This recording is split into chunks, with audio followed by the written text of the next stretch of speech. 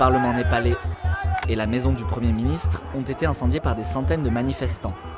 La veille, 19 personnes ont été tuées lors de manifestations réprimées par la police. On vous explique la crise au Népal. Le 4 septembre, le gouvernement népalais a pris une décision qui a déclenché la colère dans le pays. Le blocage de 26 plateformes en ligne, dont Facebook, YouTube, X et LinkedIn. 4 jours plus tard, des milliers de Népalais, plutôt des jeunes, sont descendus dans la rue.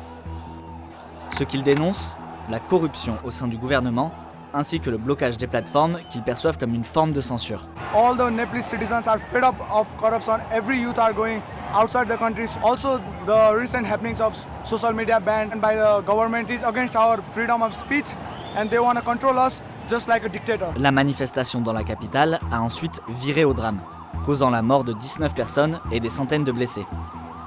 Les forces de l'ordre sont intervenues violemment lorsqu'une foule de plusieurs milliers de personnes s'est rapprochée du Parlement.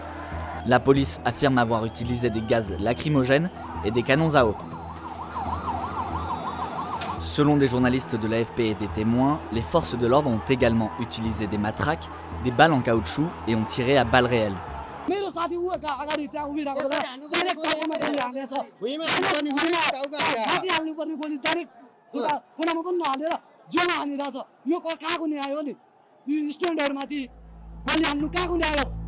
L'ONU a condamné cette répression. We are shocked by the killings and injury of protesters in Nepal today and urge a prompt and transparent investigation. Après ces manifestations meurtrières, le Premier ministre népalais a ordonné le rétablissement des réseaux sociaux, avant de démissionner ce 9 septembre. Cela n'a pas calmé la colère pour autant.